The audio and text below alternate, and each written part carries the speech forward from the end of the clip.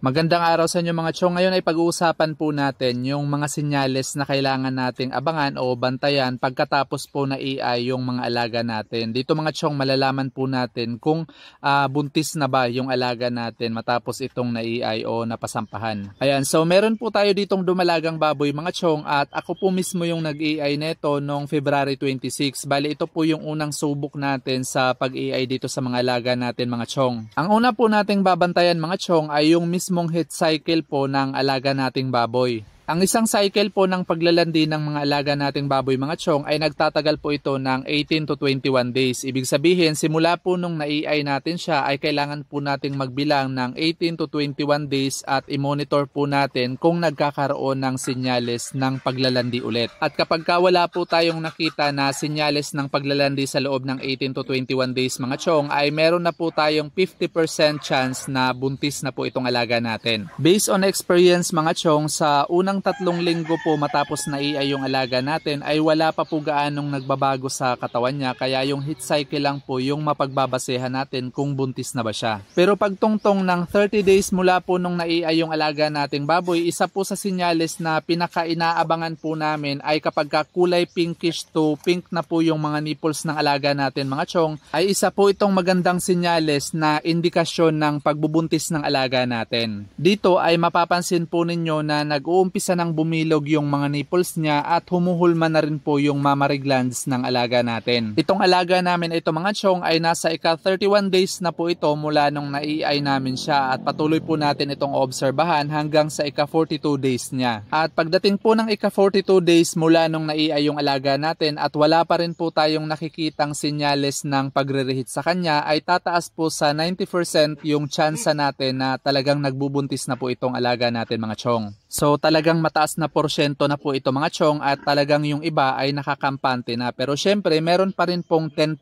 na tsansa na hindi po nagbubuntis yung alaga natin o posible na nagkaroon lang siya ng false pregnancy kaya hindi siya nag-reheat sa 2 cycle na nakaraan. Kaya kailangan pa rin po natin itong obserbahan kasi kapag ka nagkaroon po ng false pregnancy ang isang baboy mga chong, ay nagkakaroon rin po ito ng senyales na kagaya nung mga nakikita natin sa nagbubuntis na inahin. Hindi rin po nagre-reheat ang isang baboy na nagkakaroon ng false pregnancy mga chong at lumalaki rin po ang tiyan nito at ganun rin ang kanyang mammary glands, kaya hindi talaga tayo pwedeng makampante kahit na lumagpas na po ng 42 days at wala tayong nakikitang senyales ng paglalandi mula nung na-i-ay ito. Mako-confirm lang po natin yung 100% ng pagbubuntis ng alaga natin mga chong sa ika-80 to 90 days po mula nung na-i-ay ito. Obserbahan po natin yung tiyan ng alaga natin at dito makikita o mararamdaman po natin na nag-uumpisa ng gumalaw yung mga biik sa loob ng sinapupunan niya. Kapag ka nakita natin ito mga chong ay talagang sigurado na yung pagbubuntis ng mga alaga natin.